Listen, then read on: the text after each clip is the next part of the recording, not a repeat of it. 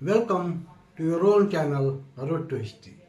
मैं डॉक्टर अखिलेश कुमार फिर से मुखातिब हूँ आपके साथ एक नए टॉपिक को लेकर, एक नए वीडियो को लेकर।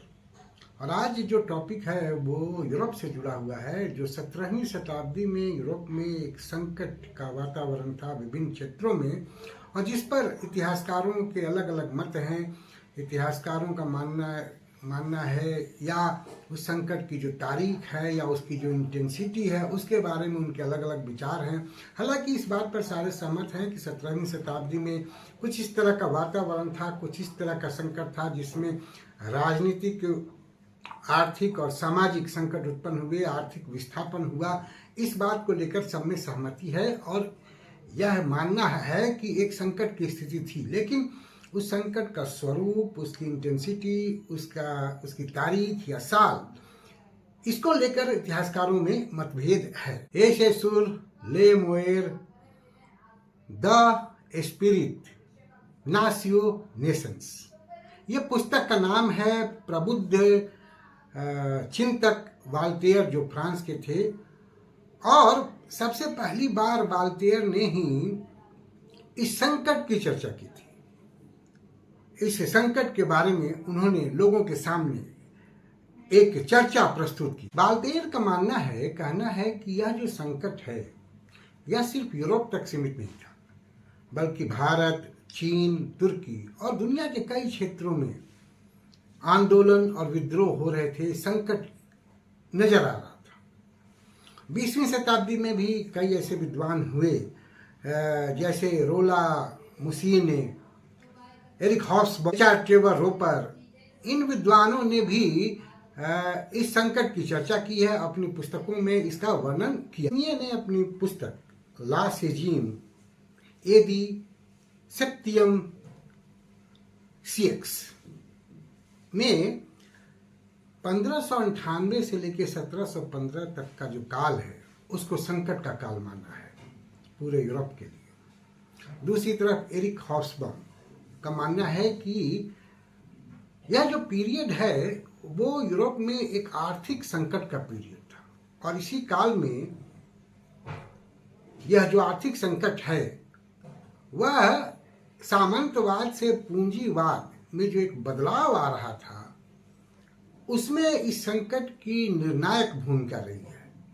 तो अलग अलग विद्वान अलग अलग अपना मत इस संकट के बारे में व्यक्त करते हैं। ट्रेवर रोपर यह तर्क देते हैं कि यह पुनर्जागरण राज्य का संकट था, और विभिन्न विद्रोहों की चर्चा करते हुए वो कहते हैं, और विद्रोहों की सार्वभौमिकता पर बात करते हुए वो कहते हैं कि यह एक राजशाही की संरचनात्मक कमजोरी को दर्शाता है, और जो विद्रोह हैं उन विद्रोहों की जो प्रकृति है वो इस संकट की वजह से उत्पन्न हुई। एक और विद्वान है आरबी मैरिमैन।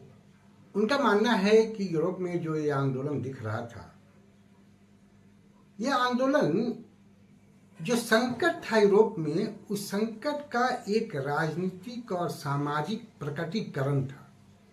मतलब जो एक संकट का वातावरण हुआ और उसका जो राजनीति और समाज पर जो प्रभाव पड़ रहा था, उसी का ये प्रतिफल विभिन्न आंदोलन था। वो कई आंदोलनों, इंग्लैंड में, नेपल्स में, कई जगहों पे जो आंदोलन होते हैं, कैटेलोनिया में, उनकी तुलना भी करते हैं, और तुलना के आधार पर एक निष्कर्ष निकालते हैं कि ये सारे जो आंदोलन हुए हैं उसमें कहीं ना कहीं जो एक संकट का वातावरण था, मौद्रिक स्थिति में, सामाजिक स्थिति में, राजनीतिक स्थिति में, जनसंख्या के आधार पर जो एक संकट पैदा हो रहा था, उसी का ये प्रतिफल नजर आ रहा था। कुछ ऐसे भी विद्वान हैं जो संकट की अवधारणा को ही खारिज कर देते हैं, जैसे जे.एच.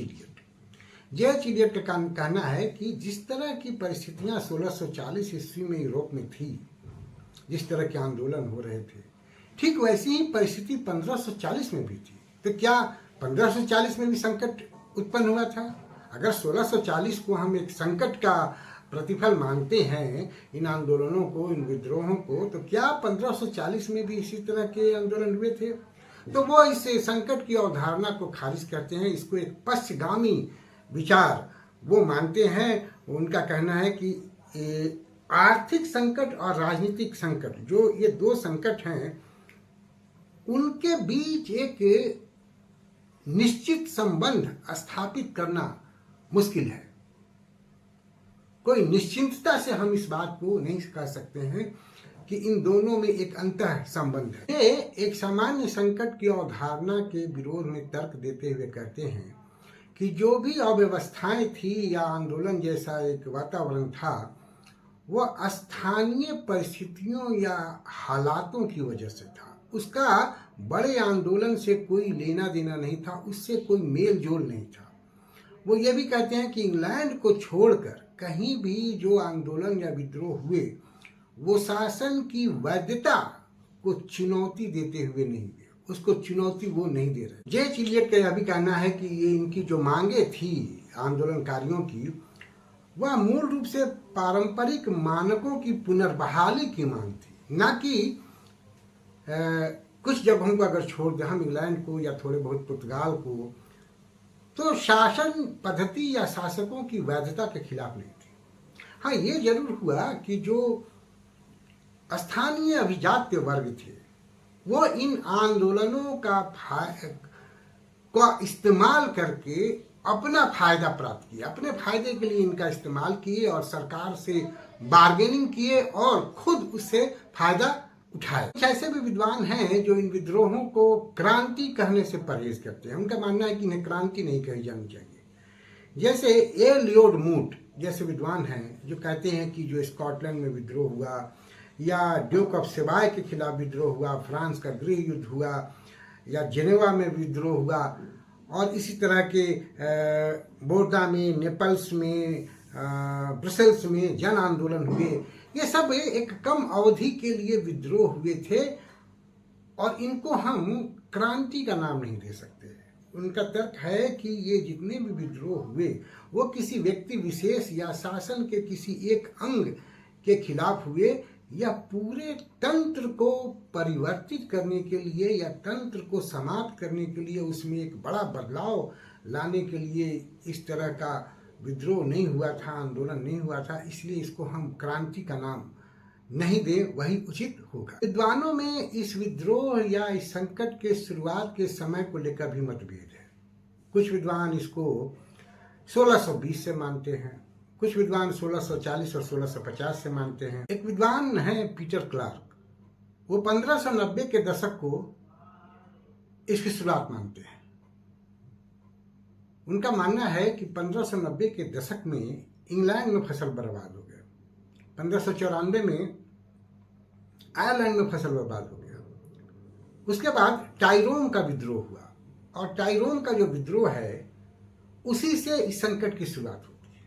बाद में कुछ और भी उदाहरण वो देते हैं, स्पेन में सेना के द्वारा तबाही होना, फिर एंटवर्प में ग्रामीण क्षेत्रों का या फसलों का विनाश होना, ये सब 1590 के दशक में ही होते हैं या उसके बाद होते हैं। तो पीटर क्लार्क के अनुसार एक संकट का वातावरण 1590 के दशक में यूरोप में देखा गया। जो विद्वान 17वीं शताब्दी को क्रांति की अवधि के रूप में देखते हैं, वो 1560 और 1570 के दशक में जो उपद्रव हो रहे थे उसको क्रांति की पूर्व शर्त मानते हैं। और उनका कहना है कि राजनीतिक क्षेत्र में, जनसंख्या के क्षेत्र में, अर्थव्यवस्था के क्षेत्र में यूरोप में क्रांति या संकट के झलक देखे जा सकते हैं। 17वीं शताब्दी के संकट का प्रभाव जनसंख्या पर, जनसंख्या संकट के रूप में, राजनीतिक संकट के रूप में, आर्थिक संकट के रूप में, कृषि क्षेत्र के संकट के रूप में देखा गया है। आर्थिक संकट की अगर हम बात करें यहाँ अगर, तो एक 16वीं सदी के दौरान यूरोपीय अर्थव्यवस्था जो है वो मध्यकाल की जो रुकावटें थी अर्थव्यवस्था के विकास में, उसको तोड़ते हुए नजर आया, उससे बाहर निकलते हुए नजर आया। हॉसबाउम के अनुसार कई क्रांतियों की जो प्रेरक शक्ति थी वो उत्पादक बुर्जुआ वर्ग था, और एक सामान्य संकट, सामान्य क्रांति का वातावरण जो पूरे यूरोप में देखा गया, उसका जो निर्णायक परिणाम हुआ या जो निर्णायक रिजल्ट निकला वो 1640 के दशक में इंग्लैंड में या इंग्लिश बुर्जुआ क्रांति जो हुई वही उसका एक निर्णायक परिणाम निकला। तो हम कह सकते हैं हॉब्सबॉम के अनुसार कि इस संकट का जो एक निर्णायक परिणाम है वो इंग्लैंड की बुर्जुआ क्रांति है।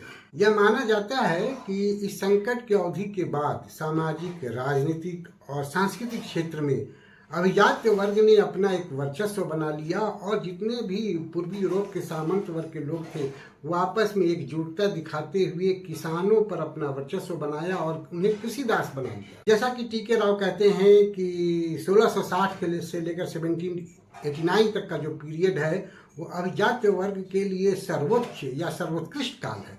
इस काल में उन्होंने बहुत सारे विशेषाधिकार पाए और उनकी अवस्था बिल्कुल सुरक्षित रही, बिल्कुल निश्चिंत वातावरण उनको प्राप्त हुआ। इस प्रकार हम कह सकते हैं कि जो ये 17वीं शताब्दी है यूरोप के लिए वो विभिन्न इतिहासकारों में एक मतभेद का वातावरण है। ये कुछ लोग इसको संकट का काल कहते हैं, कुछ लोग इसको संकट का काल नहीं कहते हैं, कुछ लोग इसे विद्रोह और आंदोलन कहते हैं, कुछ लोग इसको क्रांति कहने से परहेज करते हैं। लेकिन ये जरूर है कि बहुत सारे परिवर्तन इस काल में देखने को नजर आए।